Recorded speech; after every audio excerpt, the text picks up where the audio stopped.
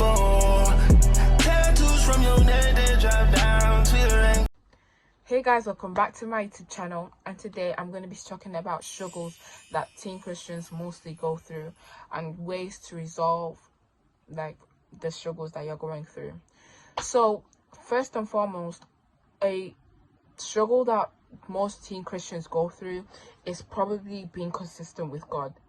Now this could be like, like you forget to thank God in the mornings, you forget to thank God in the night before you go to sleep, or even when your life is going good, you forget God, and then as soon as your life goes wrong, anything in your life goes wrong, it's all of a sudden God's fault. Why is God not with me? Why is he not helping me? Why is he not doing this for me and that?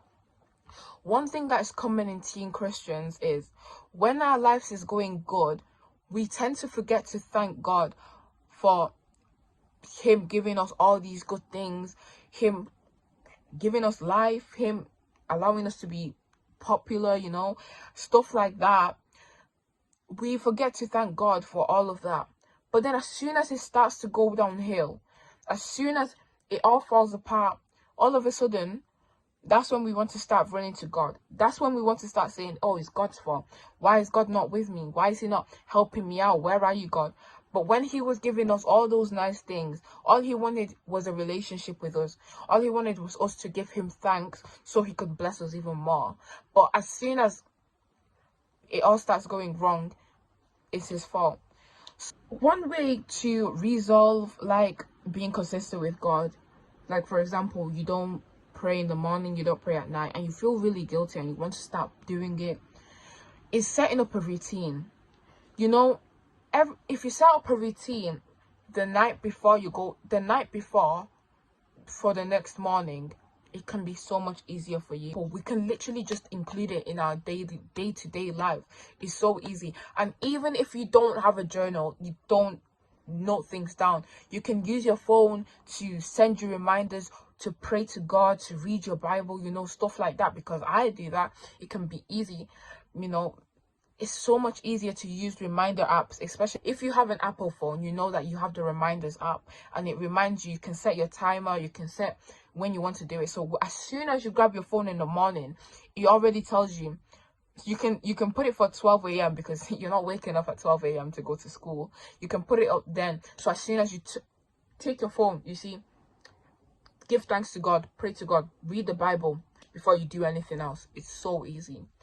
Another struggle that teen Christians go through is swearing / cursing. So this is very, very, very, like, it's a habit because of the world that we live in, and it's how it's normalized. It's probably one of the biggest struggles that teen Christians go through, because sometimes the music that we listen to, because of the language that we hear, it just subconsciously, we just say it. We just say the words, and we don't even mean to say it sometimes, but we just say the word, and it's just, it's not good.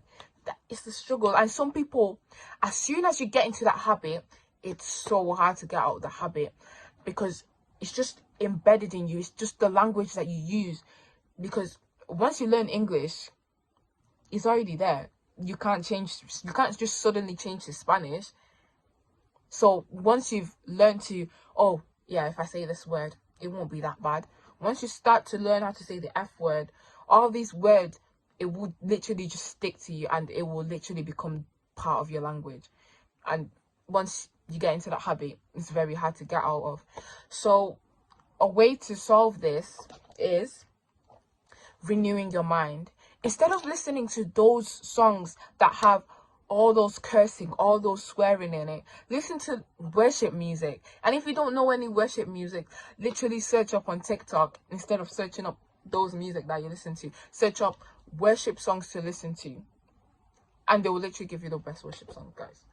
They'll literally give you the best worship songs, and it's just also another way is reading your Bible, which also links back to being consistent with God. If you, instead of reading your Bible, whilst going to school, you can literally play it, and it can be playing in your ear, because before you go to school, it's good to have something that it's good to listen to something that is godly, that will just renew your spirit before you enter school, you know. And it's just so much better, and that's a way to resolve cursing.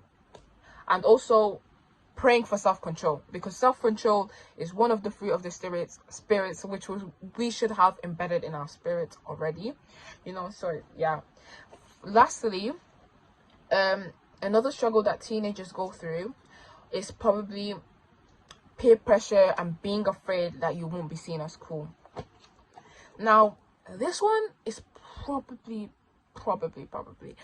the worst one ever, because being afraid that you won't be cool is like, oh, I'm a Christian, but that party looks so tempting, and one of my really good friends, they're so popular, I want to be just like them, and they're not Christian, by the way. They're literally not Christian. I just want to be like them, even if it goes against God's will. I want to do it anyway, you know. It's just such a difficulty, you know. And it's also peer pressure, because your friend, they could like manipulate you into thinking, oh, what are you doing?